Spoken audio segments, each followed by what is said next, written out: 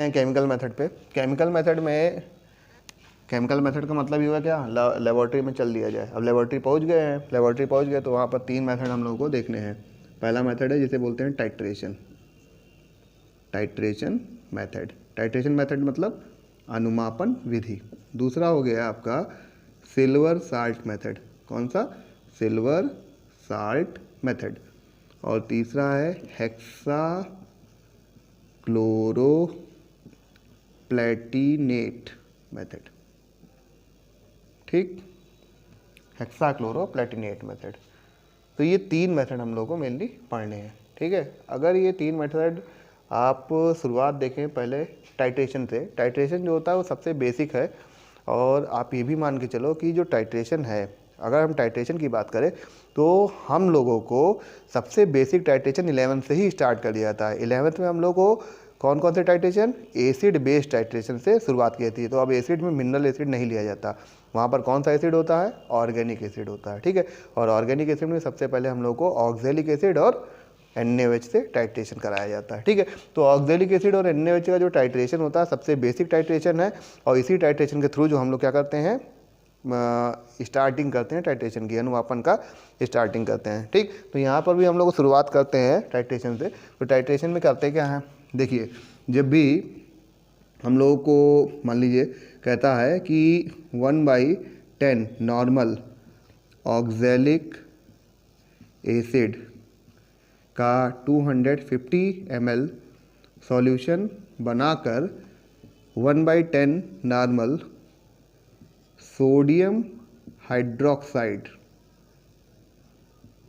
के 250 ml से titrate कीजिए। तो अब यहाँ पर कुछ करने को ही नहीं है, क्योंकि टाइट्रेशन का मेन एम क्या है, कंसंट्रेशन निकालना, सांद्रता निकालनी।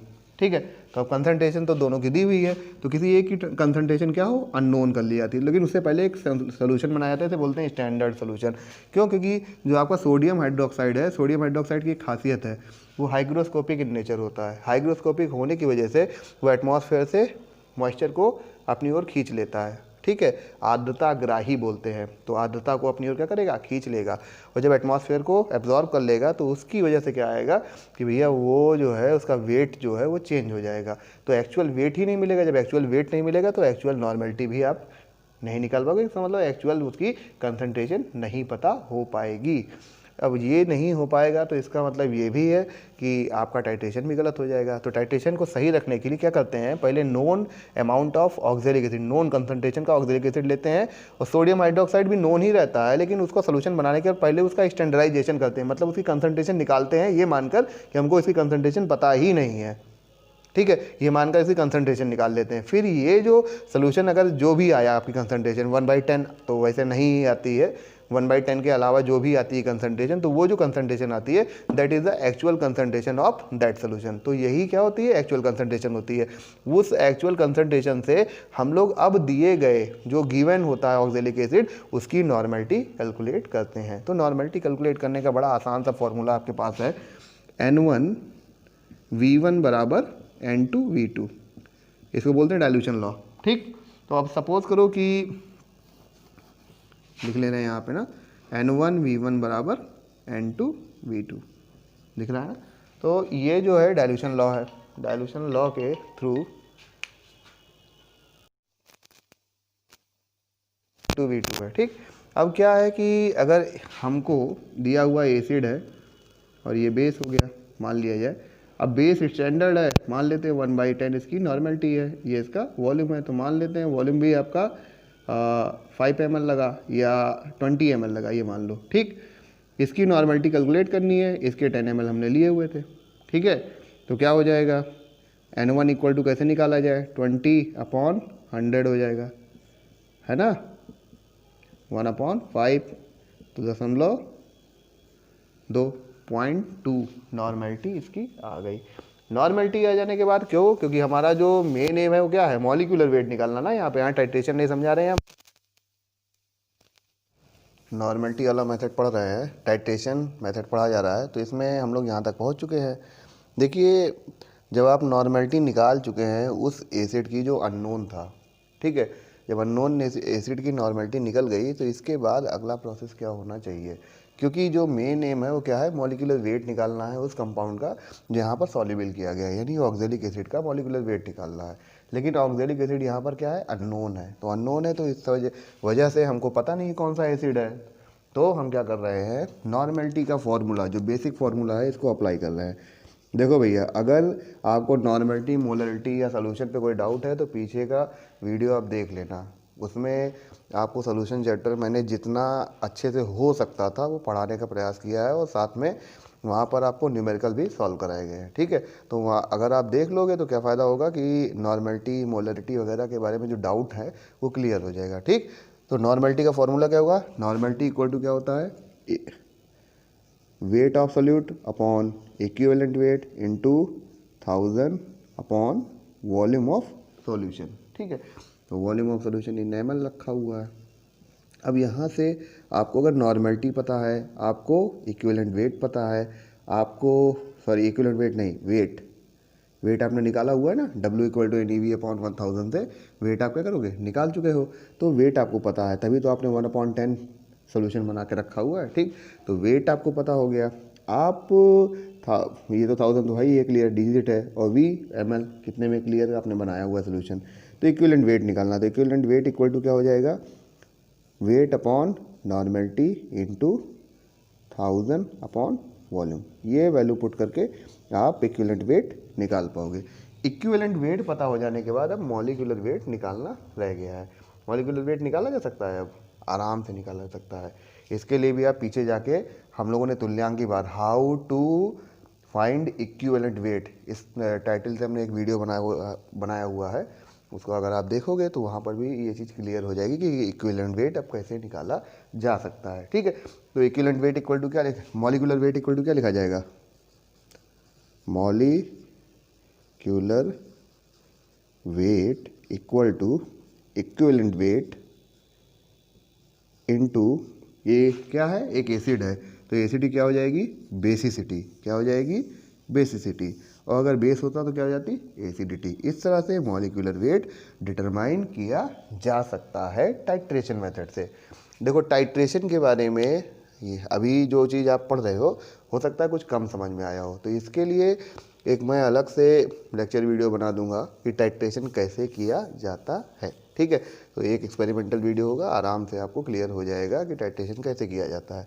लेकिन फिलहाल अभी के लिए इतना आप समझिए कि इस तरह से नॉर्मेलिटी निकलती है, नॉर्मेलिटी के बाद इक्विवेलेंट वेट निकाला जा सकता है, और इक्विवेलेंट वेट निकाल के हम लोग मॉलिक्यूलर वेट निकाल सकते हैं उस अननोन एसिड का, जिसके बारे में हमें अभी कोई जानकारी नहीं थी। ठीक, तो ये हो गया एक मेथड। अब है सिल्वर साल्ट मेथड और हेक्साक्लोरोप्लेटिनेट मेथड। इन दो मेथड्स के बारे में अब हम लोग को पढ़ना है। ठीक है, चलिए देखते हैं आगे। चलते हैं सिल्वर साल्ट मेथड पे। नाम से ही पता चल रहा है सिल्वर साल्ट मेथड, नाम से क्या पता चल रहा है कि सिल्वर का साल्ट फॉर्मेशन करना है। ये मेथड किसके लिए एप्लीकेबल है, ये मेथड कार्बोक्सिलिक एसिड यानी ऑर्गेनिक एसिड के लिए एप्लीकेबल है। ठीक है, तो क्या करते हैं, ऑर्गेनिक एसिड का कोई कंपाउंड ले लिया, RCOOH, एक general compound, mono basic acid है, आप डाई बेसिक भी ले सकते हो, ट्राई बेसिक भी ले सकते हो, कोई फ़र्क पड़ने वाला नहीं है। इसको रिएक्शन करा दिया अमोनियम हाइड्रोक्साइड से, रिएक्ट करने के बाद RCOONH4, ammonium salt of carboxylic acid plus H2O, ये इतना बना। ठीक है, एसिड और बेस रिएक्ट करेंगे तो क्या बनेगा, साल्ट एंड वाटर। इसे क्या बोलोगे, ammonium salt of carboxylic acid, ammonium salt of carboxylic acid. ठीक, अब इस कार्बोक्सिलिक एसिड को हम क्या करते हैं, RCONH4, इसका रिएक्शन करा दिया जाता है AgNO3 से। ठीक है, सिल्वर नाइट्रेट रिएक्ट कराया, हीट किया, बन गया RCOOAg। बहुत पार्शियल हीटिंग ऐसा कर सकते हो, या हीट ना भी करें तभी कोई दिक्कत नहीं होगी। और NH4NO3, कुछ नहीं हुआ, एक साल्ट, एक कटायन ने दूसरे कटायन से रिप्लेसमेंट, सब्स्टिट्यूशन कर लिया, बदल लिया आपस में जगह को। ठीक, तो सिल्वर की जगह पे अमोनियम, अमोनियम की जगह पर सिल्वर आ गया, silver salt of carboxylic acid. बात क्लियर हुई ना, silver salt of carboxylic acid. अब silver salt of carboxylic acid को हम क्या करते हैं, हीट करते हैं तो हीट करने पर सिल्वर प्लस गैस का फॉर्मेशन होता है। ठीक, तो इस तरह से करके पूरा एक कंप्लीट मेथड, ये पूरा एक एक्सपेरिमेंटल मेथड है। इसमें क्या करना है कि आपको सिल्वर साल्ट का वेट और जो सिल्वर आया यानी ये जो आया इसका वेट, इन दोनों का वेट अलग अलग आपको निकाल लेना होगा। क्या करेंगे, पहले सिल्वर साल्ट बना तो इसे क्या करें, वॉश करें, ड्राई करें, फिर इसका वेट करें। तो इसका वेट करेंगे, मान लीजिए इसका W आता है वेट, या W साल्ट मान लेते हैं इसका वेट। ठीक है, और इसका फिर आखिरी में वेट किया तो इसका वेट करने पर WAG मान लेते हैं। ठीक, ये दोनों के वेट आ गए। अब कुछ करना ही नहीं है आगे हम लोगों को। आप अगर ध्यान हो तो फैराडे लॉ ऑफ इक्विवेलेंट, उसको वैल्यू को पुट कर देना लाके कि एक का वेट अपॉन दूसरे का वेट बराबर एक का इक्विवेलेंट वेट अपॉन दूसरे का इक्विवेलेंट वेट। इतना काम ही करना है। ठीक है, तो क्या करा जाए, WAG upon W salt equal to EAG, मतलब equivalent weight of silver upon equivalent weight of silver salt. ठीक, रीअरेंज कर सकते हो इसको। अगर रीअरेंज करोगे तो क्या लिख सकते हो, लिखोगे WAG upon EAG equal to W salt upon E salt. ठीक, इतने तक कोई कन्फ्यूजन तो नहीं है। ये Faraday law of chemical equivalence है। Second law of Faraday electrochemistry chapter में फैराडे का नियम आपको पढ़ने को मिलेगा। वहाँ पर इसका दूसरा नियम जो है वही ये कहता है कि भैया अगर इस तरह का कोई कंडीशन बनता है तो इस तरह से इक्विवेलेंट वेट निकाला जा सकता है। ठीक, और इक्विवेलेंट वेट निकलने के बाद आप जानते हो मॉलिक्यूलर वेट निकालना बड़ा आसान हो जाएगा, क्योंकि ये एक एसिड है तो बेसिसिटी आपको पता होगी। अब क्या करना है, जब इतना काम क्लियर हो गया, क्या किसी का इक्विवेलेंट वेट हमें पता है? क्या किसी का इक्विवेलेंट वेट हमको पता है? हमें पता है। किसका वेट पता है? हमें सिल्वर का इक्विवेलेंट वेट पता है। ठीक है, सिल्वर का इक्विवेलेंट वेट हमको पता है तो हमें दूसरे का वेट निकालना आसान हो जाएगा अगर सिल्वर का इक्विवेलेंट वेट हम जानते हैं। ठीक है, क्या करें, हमें किसका इक्विवेलेंट वेट निकालना है? साल्ट का, है ना, इसी का तो इक्विवेलेंट वेट निकालना है। तो हम क्या कर रहे हैं, सिल्वर का इक्विवेलेंट वेट लिख ले रहे हैं। तो हम लिख रहे हैं क्या, E salt equivalent weight of salt equal to क्या हो जाएगा, इक्वल टू हो जाएगा weight of salt upon weight of silver into equivalent weight of silver. ठीक, ये फॉर्मूला आ गया रीअरेंज करके। अब इसमें करना क्या है, इक्विवेलेंट वेट सिल्वर का कितना होता है, सिल्वर की वैलेंसी कितनी होती है, 1 होती है। चार्ज कितना आता है, +1 आता है। ठीक है, अभी यहाँ पर भी देखो तो +1 चार्ज आ रहा है। ठीक है, इस पर -1 है। तो इस वजह से अगर हम इसका इक्विवेलेंट वेट निकालेंगे तो क्या होगा, इक्विवेलेंट वेट इक्वल टू लिखा जाएगा मॉलिक्यूलर वेट अपॉन चार्ज और वैलेंसी। तो चार्ज और वैलेंसी दोनों क्या हैं, एक है, तो इसका मतलब मॉलिक्यूलर वेट अपॉन वैलेंसी। ठीक है, तो 108 आ गया, यानी इक्विवेलेंट वेट और मॉलिक्यूलर वेट सेम है। तो हम लिख सकते हैं ना फॉर्मूले में, E salt equal to W salt upon W silver into 108। इतनी बात क्लियर हो गई। फॉर्मूला क्या लिख लिया आपने, लिख लिया E salt equal to W salt upon W silver into 108। ये इतनी चीज़ हमने लिख ली। ठीक है, इतना लिखने के बाद अब क्या करना है, आगे जो फॉर्मूला आपको लिखा हुआ है इसको हम क्या करें, थोड़ा सा और डेराइव करें तो एक्चुअल फॉर्मूला हमको मिल जाएगा। देखिए, हम लोगों को क्या करना था, मेन एम क्या था, मेन एम ये नहीं था कि साल्ट का इक्विवेलेंट वेट निकालना, क्योंकि हमें तो मॉलिक्यूलर वेट निकालना किसका, एक एसिड का। तो इस वजह से हम लोग को एसिड का इक्विवेलेंट वेट निकाल लेना चाहिए।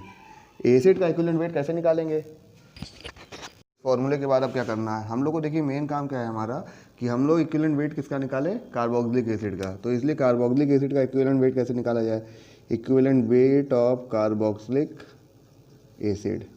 ठीक है, इक्वल टू करके क्या करा जाए, ये किसका इक्विवेलेंट वेट है, साल्ट का। अगर साल्ट के वेट में से सिल्वर का वेट क्या कर दिया जाए, इक्विवेलेंट वेट घटा दिया जाए, और हाइड्रोजन, क्योंकि इसमें क्या है, कार्बोक्सिलिक एसिड में हाइड्रोजन भी है, इसका इक्विवेलेंट वेट हटा दिया जाए तो क्या होगा, जोड़ दिया जाए तो क्या बन जाएगा आपका, क्या बन जाएगा, कार्बोक्सिलिक एसिड बन जाएगा। भाई देखो RCOOAG। ठीक, इसमें से क्या निकाल लें, Ag निकाल दीजिए और हाइड्रोजन जोड़ दीजिए, क्या बन जाएगा RCOOH। तो अगर इसका वेट निकालना है तो इसमें से क्या क्या करना पड़ेगा भाई, इसमें से हम लोग को सिल्वर का वेट हटाना पड़ेगा, ठीक है, और हाइड्रोजन का वेट जोड़ना पड़ेगा। यही इतना काम कर रहे हैं हम लोग, ठीक। हम लोग लिखने चल रहे हैं, अब ये किसका इक्विवेलेंट वेट है, साल्ट का, तो हम लिख लें equivalent weight of salt minus equivalent weight of silver plus equivalent weight of hydrogen, ठीक। इतना काम करना है, वैल्यू पुट कर दो, W salt upon W Ag into 108 minus 108 plus 1, ठीक है ना, 108 प्लस 1, ठीक। इस तरह से करके हम लोगों के पास कार्बोक्सिलिक एसिड का इक्विवेलेंट वेट आ जाएगा। अब कार्बोक्सिलिक एसिड का अगर इक्विवेलेंट वेट आ गया तो अगला पॉइंट क्या है, मॉलिक्यूलर वेट निकालना है। मॉलिक्यूलर वेट कैसे निकालेंगे, मॉलिक्यूलर वेट इक्वल टू लिखा जाएगा equivalent weight of carboxylic acid, carboxylic acid multiplied by basicity is equal to molecular weight. ऐसे करके आपका मॉलिक्यूलर वेट आ गया। तो ये है silver salt of carboxylic acid, ठीक है, जिसके थ्रू हम लोगों ने मॉलिक्यूलर वेट निकाल लिया किसका, कार्बोक्सिलिक एसिड का, ठीक। तो वो पूरा method silver salt method complete होता है, ठीक। अब सिल्वर साल्ट मेथड देखो, इस पे सारे पे अभी न्यूमेरिकल हम लोग वीडियो के अंत में देखने चल रहे हैं, ठीक है ना। तो इसलिए अब परेशान मत होइए कि इस पर कुछ बताया नहीं जा रहा, कोई एग्जाम्पल ही नहीं दिया जा रहा है, ठीक है। कैसे इम्प्लीमेंट किया जाएगा ये सारा कुछ बताएंगे, लेकिन वीडियो को अगर आखिरी तक देखोगे तभी तो आपको समझ में आएगा। आप लोग आखिरी तक देखते ही नहीं हो तो कैसे समझ पाओगे वीडियो को, ठीक है, या कॉन्सेप्ट को कैसे समझ पाओगे। वीडियो को समझना जरूरी नहीं, कॉन्सेप्ट को समझना जरूरी है। बुक से भी पढ़िए और वीडियो देखते रहिए, तो मेरे ख्याल से और कहीं कोई जाने की आवश्यकता ही नहीं पड़ने वाली, ठीक भाई। लेकिन पढ़ेंगे नहीं तो फिर बातें अलग है, सिर्फ ऐसे ही करना है तो कोई मतलब ही नहीं रह जाता। अगले मेथड पे हेक्साक्लोरोप्लेटिनेट साल्ट मेथड लिखा हुआ है ना। हेक्साक्लोरोप्लेटिनेट साल्ट मेथड जो है वो क्या है, इसमें हम लोग ऑर्गेनिक बेसिस, ठीक है, ऑर्गेनिक बेसिस का क्या करते हैं, मॉलिक्यूलर वेट निकालते हैं। और कैसे ऑर्गेनिक बेस, जो मोनो एसिडिक बेस होते हैं। मोनो एसिडिक बेस का मतलब क्या होता है कि अगर हाइड्रोक्साइड आयन की बात करें तो एक हाइड्रोक्साइड आयन होगा, ठीक है। और अगर लुईस एसिड की बात कर रहे हैं, लुईस बेस की बात करें तो एक लोन पेयर क्या कर सकता हो, एक्सेप्ट कर सकता हो, सॉरी डोनेट कर सकता हो, तो उसे क्या बोलते हैं हम लोग, मोनोबेसिक बोलते हैं, ठीक। इस चीज़ का ध्यान रखिएगा। या अगर ब्रॉन्स्टेड लॉरी एसिड बेस की बात करें तो जैसे अमोनिया है, तो अमोनिया एक प्रोटॉन एक्सेप्ट कर सकता है तो वो मोनोबेसिक है, ठीक है। अगर कोई 2 प्रोटॉन एक्सेप्ट कर सकता हो तो वो डाइबेसिक हो जाता। बात क्लियर हुई ना। तो इस तरह से हेक्साक्लोरोप्लेटिनेट साल्ट मेथड जो है वो क्या है, the method which is used for finding the molecular weight of organic compound organic basis which is mono acidic in nature. क्या है, मोनो एसिडिक क्या है, नेचर है। अगर मोनो एसिडिक नेचर में होंगे तो उनका आराम से आप एसिडिटी क्या वो सॉरी मॉलिक्यूलर वेट निकाल पाओगे, ठीक है। तो इस चीज़ को ध्यान रखते हुए हम लोग शुरू करते हैं, ठीक। हमारे पास क्या है, प्लेटिनिक एसिड है H2PtCl6, ये है प्लेटिनिक एसिड। इसको बेस से रिएक्ट करा दिया, जो भी बेस ऑर्गेनिक बेस था उसे रिएक्ट करा दिया। रिएक्ट कराने पर क्या होगा, एडिशन रिएक्शन हो जाएगा, बन जाएगा B2H2PtCl6, ठीक है, B2H2PtCl6। इसको हीट कर दिया तो हीट करने पर क्या होगा कि सारा का सारा कंपाउंड जो है वो वेपराइज हो जाएगा, ठीक। देख लीजिए B2H2PtCl6 हाईली हीट किया गया, ठीक है। तो क्या होगा, पूरा कंपाउंड वेपराइज हो जाएगा, बचेगा क्या, प्लेटिनम का अवशेष, ठीक है, रेजिडुअल अमाउंट ऑफ प्लेटिनम बचेगा और साथ में गैसेस, ठीक। ज़रा डीप में इसको नहीं पढ़ना। तो यहाँ पर हमें क्या करना है, साल्ट का वेट और प्लेटिनम का वेट ये पता होना चाहिए। तो साल्ट लिख लेते हैं इसको और इसको हम लोग प्लेटिनम लिख देते हैं। साफ साफ हो गया, क्लियर। हम लिख रहे हैं number of moles of salt equal to number of moles of platinum, ठीक। तो नंबर ऑफ मोल्स कैसे निकालते हैं, वेट ऑफ साल्ट यहाँ से गिवन हो जाएगा अपॉन मॉलिक्यूलर वेट, ठीक, इक्वल टू, सही बात यहाँ पर भी यही आ जाएगी, wait of platinum upon molecular wait. तो प्लेटिनम का मॉलिक्यूलर वेट कितना होता है? प्लेटिनम का मॉलिक्यूलर वेट होता है 195। कितना होता है? 195। अब यहाँ को अगर इस कंपाउंड को तुम देखो तो इसमें तुम्हें क्या नहीं पता? हाइड्रोजन का वेट पता, प्लेटिनम का पता, क्लोरीन का पता, इसका नहीं पता? बी का, बी बोरान नहीं है, बी क्या है? बेस है। कैसा बेस है? मोनो एसिडिक बेस है, ठीक है। तो अब इस बेस का हमको मॉलिक्यूलर वेट नहीं पता, तो मॉलिक्यूलर वेट इक्वल टू, अगर यहाँ पर दो मॉलिक्यूल हैं, मॉलिक्यूलर वेट इक्वल टू लिख रहे हैं 2 इंटू इक्विवेलेंट वेट। एक के लिए नहीं, दो के लिए निकालने चल रहे थे, इसलिए क्या कर रहे हैं? 2 इंटू इक्विवेलेंट वेट लिख दिया ना। तो 2 इंटू इक्विवेलेंट वेट लिख लिया। अब ये इतना तो मॉलिक्यूलर वेट के लिए आ गया, भैया इनका मॉलिक्यूलर वेट कितना होगा? 2 इंटू इक्विवेलेंट वेट होगा, ठीक, इतना लिख लो, 2 इंटू इक्विवेलेंट वेट होगा, प्लस अब बचा कितना रह गया? यही इतना पोर्शन तो बच रहा है, H2PtCl6। तो H2PtCl6 का आप क्या करो? मॉलिक्यूलर वेट निकाल लो। तो 1 मल्टीप्लाई बाई 2, 2 हाइड्रोजन हो गए, प्लेटिनम का बोल दिया 195 हो गया, और क्लोरीन का 35.5 मल्टीप्लाई बाई 6, सभी को मल्टीप्लाई करके ऐड करो, कितना आएगा? 410 equal to weight of platinum upon molecular weight कितना? 195 हो गया प्लेटिनम का। ये एक फॉर्मूला आ गया जिसके थ्रू अब आपके पास क्या है? बेस का इक्विवेलेंट वेट निकालने का मौका है, ठीक है। बेस का क्या निकाल सकते हो आप? इक्विवेलेंट वेट निकाल पाओगे भाई। आप इसका वेट तौल लोगे, मेजर कर लोगे, इसका वेट मेजर कर लोगे, इसमें एक ही क्वांटिटी तो बचेगी जिसको आप नहीं निकाल पाए हो, तो इसको निकाल लिया हमने, इक्विवेलेंट वेट आ गया। किसका आ गया? बेस का इक्विवेलेंट वेट आ गया। तो अब आगे हम क्या लिख सकते हैं? मॉलिक्यूलर वेट, क्योंकि हमारा मेन एम क्या है? मॉलिक्यूलर वेट निकालना।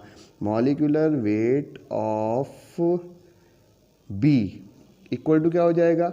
Equivalent weight of B into क्या? बेसिसिटी या एसिडिटी? क्या होगा? एसिडिटी। क्या होगा? एसिडिटी, ठीक है, हो जाएगा एसिडिटी। तो ये मेथड आपका यूज़ हो गया किसके लिए? बेसेस की मॉलिक्यूलर वेट निकालने में, ठीक है। किसके लिए यूज हो रहा है? बेसेस का मॉलिक्यूलर वेट निकालने में, ठीक है। तो अब आप इतना लिख लीजिएगा, कंप्लीट कर लीजिएगा, और आगे वीडियो में हम लोग क्वेश्चन पढ़ने चल रहे हैं, ठीक है। न्यूमेरिकल इस पे लगा रहे हैं, इन पे होने वाले न्यूमेरिकल, लेकिन भाई वीडियो पूरा देखिए, कई बार कह रहे हैं वीडियो पूरा देखिए, तभी आपको पूरा कॉन्सेप्ट समझ में आएगा। और ये जाने रहो, कॉन्सेप्ट इंपॉर्टेंट है आपके लिए, ऐसा नहीं कि इंपॉर्टेंट नहीं। और कोई भी चीज़ समझ में तभी आती है जब आप उसको समय दोगे, जब समय ही नहीं दोगे तो समझ में कैसे आएगा? है कि नहीं है? बात सही है ना? कि अगर हम किसी चीज़ को समय ही नहीं देंगे तो कैसे समझ में आएगी हमको? आप सोच रहे होगे कि अरे यहाँ तो पता नहीं क्या पढ़ाया जा रहा है, तो फिर भैया समझ में आने का बस एक ही तरीका है, थोड़ा सा समय दीजिए और साथ में आप भी पढ़ते चलिए, बुक को भी खोलिए। बुक आप पढ़ेंगे नहीं तो फिर समझ में कैसे आएगा? ठीक है, बुक आप खोलते चलिए, बस मज़ा आएगी आपको। फिर से आपके सामने है, इसमें क्या दिया हुआ है कि एक अननोन एसिड है जिसका वेट कितना? 1.575 ग्राम। वेट कितना लिया हुआ है? 1.575 ग्राम। वेट को कितने वॉल्यूम में? 250 ml डिस्टिल वाटर में क्या कर रहा है?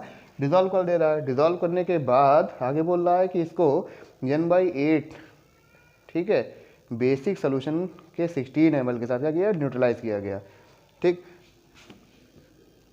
फॉर्मूला लिख लेते हैं, N1V1 बराबर N2V2, ठीक। अब N बाई कितना है? 8, यानी 1/8 लिख सकते हैं ना।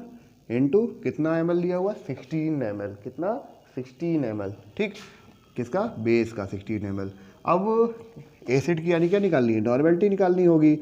और एसिड का वॉल्यूम कितना खर्च हुआ? 20 ml खर्चा हुआ, ठीक है, 20 ml खर्चा हुआ। और कुछ दिया है इसमें? और क्या दिया हुआ है? और दिया हुआ ये है कि इसका इक्विवेलेंट वेट फाइंड करना है।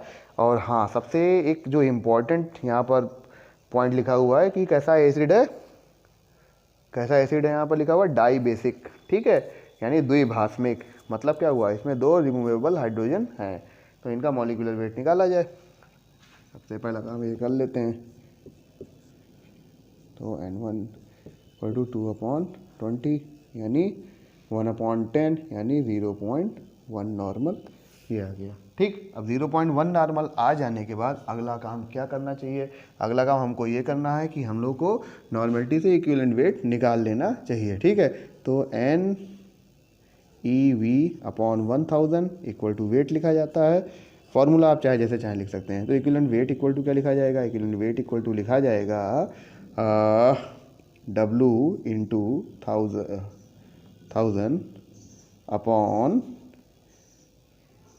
नॉर्मेलिटी इंटू वॉल्यूम, है ना। इक्विवेलेंट वेट इक्वल टू ये लिख दिया गया। तो वेट इक्वल टू हम वेट कितना लिखेंगे? लिखेंगे 1.575 इंटू 1000 अपॉन नॉर्मेलिटी कितनी आ जाएगी? नॉर्मेलिटी आएगी 0.01 इंटू वॉल्यूम 250 ml, 4 हो गया। ठीक है, डेसिमल हटा दो। डेसिमल हटाओगे तो नीचे 2 जीरो और ऐड कर दिया जाएगा। तो 1575 इंटू 4 अपॉन 100, सही है ना। 25 हो गया। डिवाइड करो, 150 और 63। ठीक है, इक्विवेलेंट वेट कितना आ गया? 63 आ गया। अब जब इक्विवेलेंट वेट 63 आ जाएगा तो फिर क्या करना है? आखिरी में करना क्या है? मॉलिक्यूलर वेट निकालना है हम लोग को। मॉलिक्यूलर वेट इक्वल टू क्या लिखते हैं? एसिड का अगर मॉलिक्यूलर वेट होगा तो मॉलिक्यूलर वेट इक्वल टू लिखा जाएगा इक्विवेलेंट वेट इंटू बेसिसिटी। ठीक है, इक्विवेलेंट वेट है 63, बेसिसिटी कैसे निकालोगे? डाई बेसिक एसिड है, डाई बेसिक एसिड है तो बेसिसिटी कितनी होगी? 2 हो जाएगी। 126 मॉलिक्यूलर वेट आ गया। यही आपका आंसर हो गया। ठीक है, देख रहे हो कितना आसान क्वेश्चन था। इसी तरह के क्वेश्चन आपको मिलेंगे। ठीक है, आपके सामने अगला क्वेश्चन क्या है कि जो डाई बेसिक ऑर्गेनिक एसिड है इसमें आपका जो सिल्वर साल्ट है उसका वेट कितना दिया है? Silver salt W salt, silver salt का वेट कितना दिया हुआ है? 0.76 ग्राम। कितना दिया हुआ? 0.76 ग्राम। और सिल्वर का वेट कितना दिया है? 0.5 कितना? 0.54 ग्राम। ठीक है, 0.54 ग्राम इतना दिया हुआ है। ठीक, आगे कहना क्या रहा है क्वेश्चन में? कह ये रहा है कि जब इसको हीट किया गया तो सिल्वर मिला, और सिल्वर मिला तो आपको क्या करना है कि एसिड का मॉलिक्यूलर वेट निकालना है। ठीक है, तो एसिड का मॉलिक्यूलर वेट निकालने फैराडे का लॉ लगा देते हैं। W silver upon E silver equal to W salt upon E salt. ठीक है ना, ये तीन बात क्लियर हो रही है। हम क्या कर रहे हैं? सिल्वर का वैल्यू पुट कर दे रहे हैं 0.54। सिल्वर का इक्विवेलेंट वेट पता है 108 into E salt equal to weight of salt 0.76। मतलब समझ में आ गया होगा। तो ई साल्ट इक्वल टू क्या लिखेंगे? 0.76 इंटू 108 अपॉन 0.54। ठीक है, इतना लिख लेते हैं। सॉल्व कीजिए। सॉल्व करने पर क्या आएगा देखते हैं। ई साल्ट इक्वल टू 152। ठीक है, इक्विवेलेंट वेट किसका आ गया? साल्ट का इक्विवेलेंट वेट आ गया। साल्ट का इक्विवेलेंट वेट आएगा तो आगे करना क्या है? अगर इसको डायरेक्ट फार्मूले में पुट कर दिया जाए तो शायद आंसर मिल जाएगा। तो इक्विवेलेंट वेट ऑफ एसिड, हमारे पास फार्मूला क्या था? V weight of salt into equivalent weight of acid sorry silver upon weight of silver. ठीक, उसके बाद हमें क्या करना चाहिए? तो weight of equivalent weight of acid तो पता ही था, फॉर्मूला लिख रहे हैं -108 + 1, इसी वैल्यू पुट कर देनी थी, है ना।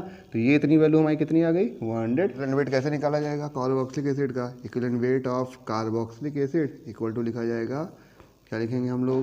लिखा जाएगा 152 जो आया माइनस 108 + 1। ठीक है, सॉल्व कर लीजिए। 4 और 4 यानी 45। ये आया क्या? Equivalent weight. तो molecular weight of carboxylic acid equal to क्या हो जाएगा? Equivalent weight of carboxylic acid into basicity. और यहाँ बेसिसिटी कितनी दी गई है? बेसिसिटी कितनी है? 2 है। तो बेसिसिटी अगर 2 है तो लिख लिया जाएगा 45 × 2। कैसे पता 2 है? क्योंकि डाई बेसिक एसिड है ना। क्या हो जाएगा? 90। यही आपका आंसर आ गया। ठीक, चलिए तो ये क्वेश्चन कंप्लीट हो गया। ये हेक्साक्लोरोम प्लेटिनेट साल्ट मेथड पे बेस क्वेश्चन है, ठीक है। इस क्वेश्चन में आपको डब्ल्यू साल्ट कितना दिया हुआ है 0.894 ग्राम और डब्ल्यू प्लेटिनम कितना दिया हुआ है, यानी वेट ऑफ प्लेटिनम 0.2925, ठीक। ये इतना दिया हुआ है। निकालना क्या है, पूछ रहा है सीधे कि जो आपके पास एल्कली है उसका मॉलिक्यूलर वेट कितना होगा, बेस का मॉलिक्यूलर वेट कितना होगा।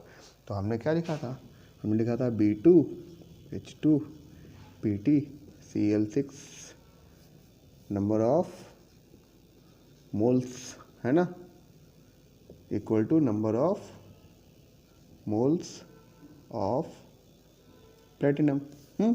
तो वेट ऑफ साल्ट, तो वेट ऑफ साल्ट कितना दिया हुआ, वेट ऑफ साल्ट दिया हुआ 0.894 upon 2 into equivalent weight plus 410 equal to weight of platinum 0.2925 upon molecular weight of platinum कितना दिया है 195, ठीक है।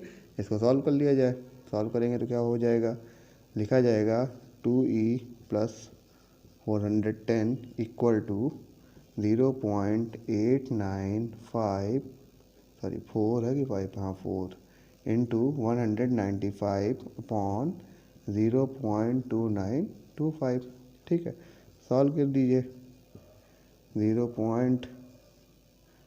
अब डेसिमल यहाँ से हटा ही दो, लिख दोगे 8940 इंटू 195 अपॉन 2925, यहाँ माइनस 410। इसको सॉल्व करोगे तो कितना आ जाएगा, सॉल्व कर लिया जाए, इसको सॉल्व कर लेंगे तो ठीक है। तो डिवाइड कर दिया, अब आया 585 और ये 39 हो गया। इसको डिवाइड किया जाए, किससे डिवाइड कर सकते हैं, 52 6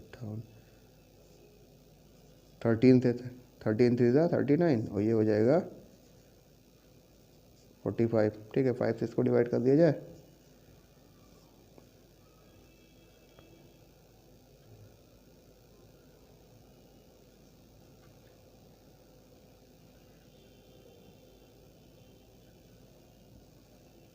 ठीक हो जाएगा, कितनी है वैल्यू 1788 इंटू 3 अपॉन 9, बस ये इसको भी काट दो, 3 माइनस 410। तो सॉल्व कर ले रहे हैं, 2 इक्वल टू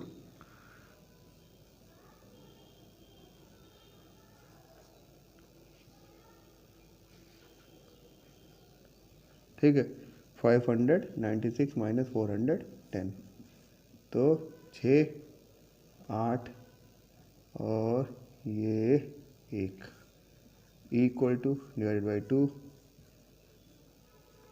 93, कितना आ गया 93। इसका इक्विवेलेंट वेट कितना आ जा रहा है 93। अब क्योंकि ये जो आपने शुरुआत में ध्यान दिया हो, जो ये आपने बेस लिया हुआ है वो कैसा बेस है, मोनो एसिडिक बेस है। मोनो एसिडिक बेस होगा तो मॉलिक्यूलर